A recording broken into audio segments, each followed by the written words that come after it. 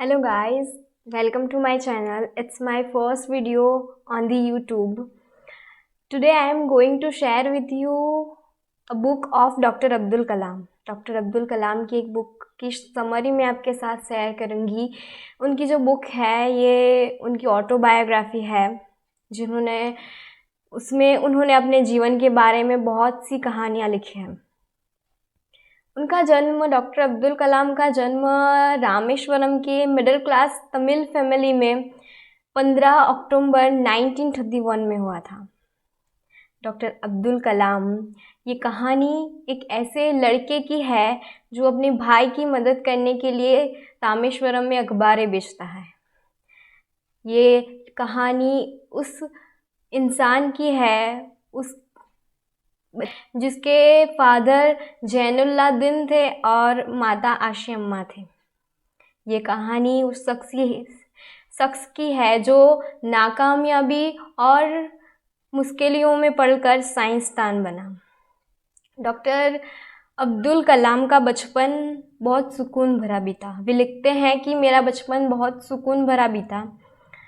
उनपे बचपन में उनके कज़िन ब्रदर शमशुद्दीन, जो रामेश्वरम में अखबार बेचता था, उसका बड़ा प्रभाव पड़ा। उनका और एक दोस्त था जलालुद्दीन, जो उनसे उम्र में 15 साल बड़ा था और वो आगे जाकर उनके बहन ज़ोहरा का हस्बैंड बना। उनका भी उन पे बड़ा प्रभाव पड़ा। माध्यमिक शिक्षा के लिए उन्होंने स्वास हाई स्कूल में जाने का तय किया। स्वास हाई स्कूल जो उनके घर से बहुत दूर थी और उन्हें वहीं रहना पड़ता था। वो वहाँ गए, दाखिला लिया, पर उन्हें वहाँ का माहौल जचा नहीं, इसलिए वो अपने घर लौटने का एक भी मौका नहीं छोड़ते थे। वहाँ पे उन पे एक शिक्षक का उन पे बड़ा प्रभाव पड़ा।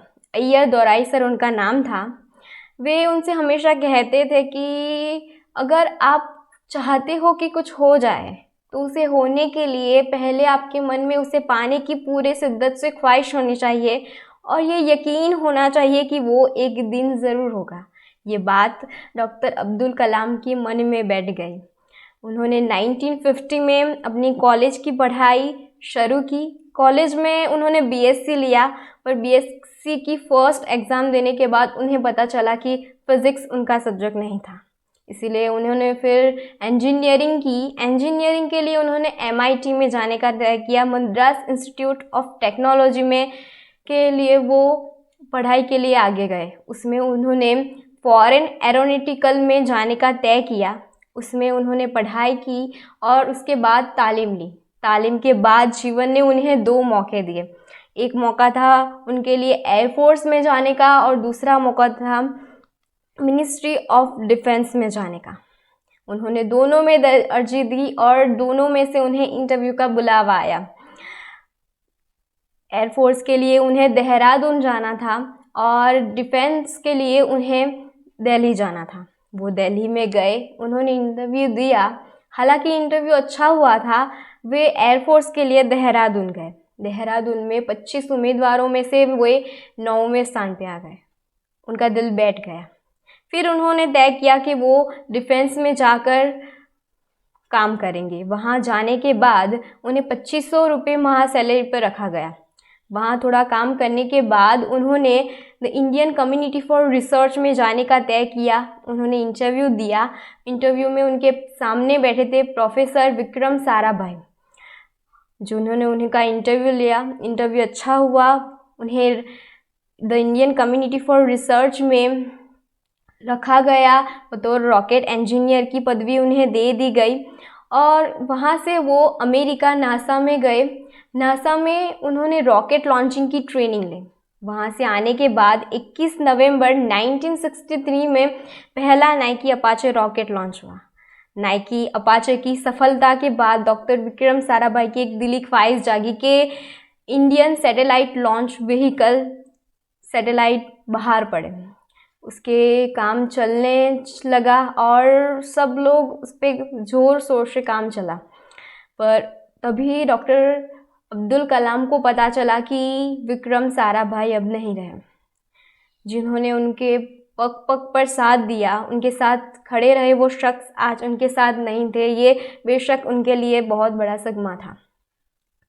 और उनके पिता की भी थोड़े दिनों बाद मौत की उन्हें खबर मिली।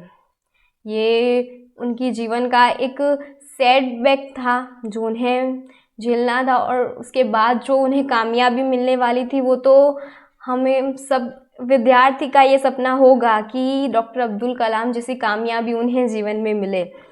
उसके बाद एसएलवी पर काम चल रहा था। एसएलवी लॉन्च होने की तारीख दी गई 10 अगस्त 1979 को एसएलवी 3 की लॉन्चिंग की डेट थी। एसएलवी 3 लॉन्च हुआ, उसकी फर्स्ट स्टेज अच्छी हुई, पर जब वो सेकंड उसकी परवास में वो टूट गया और जाके गिरा समुद्र में। ये डॉक्टर अब्दुल कलाम की एक नाकामयाबी थी। उन्होंने अपनी नाकामयाबी को अपनी मजबूती बनाकर आगे बढ़ते रहे।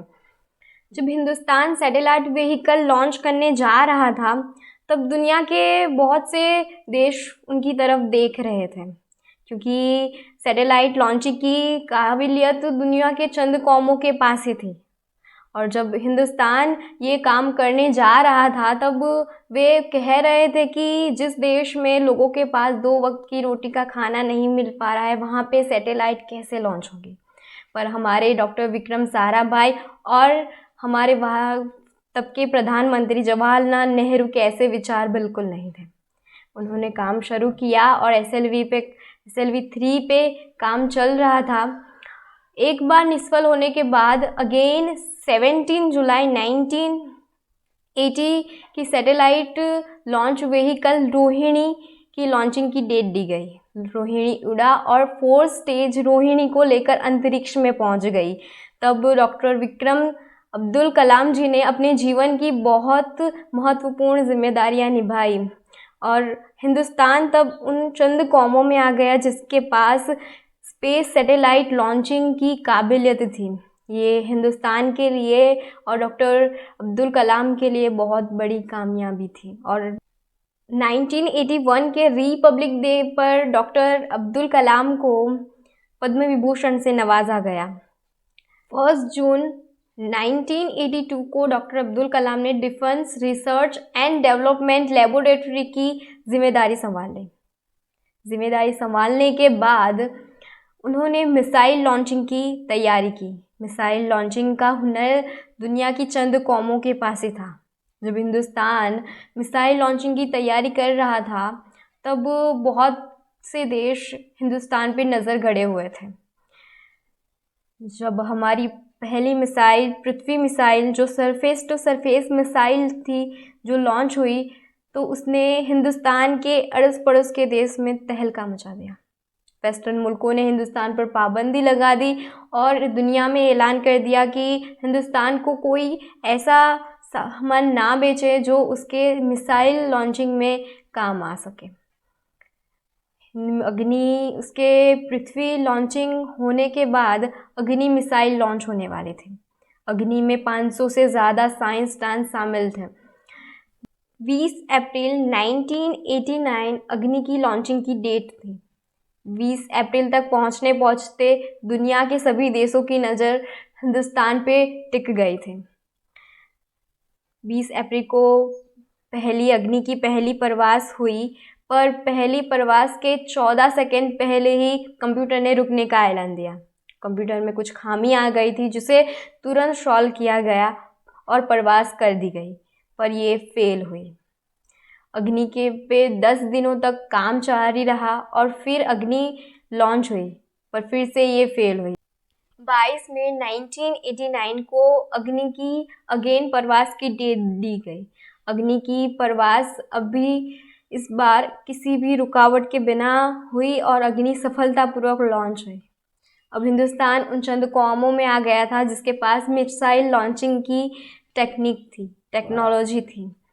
1990 के रिपब्लिक डे पर अगेन डॉक्टर अब्दुल कलाम को पद्म विभूषण से नवाजा गया और 1991 15 अगस्त को डॉक्टर अब्दुल कलाम रिटायर हुए अपनी पदवी से। उसके बाद उन्होंने अपना आगे का जीवन बतौर शिक्षक बिताया और सभी विद्यार्थियों को प्रेरणा दी कि वो अपने जीवन में आगे बढ़े और कुछ ऐसा करे जिसके कामयाबी उनका तलब करे।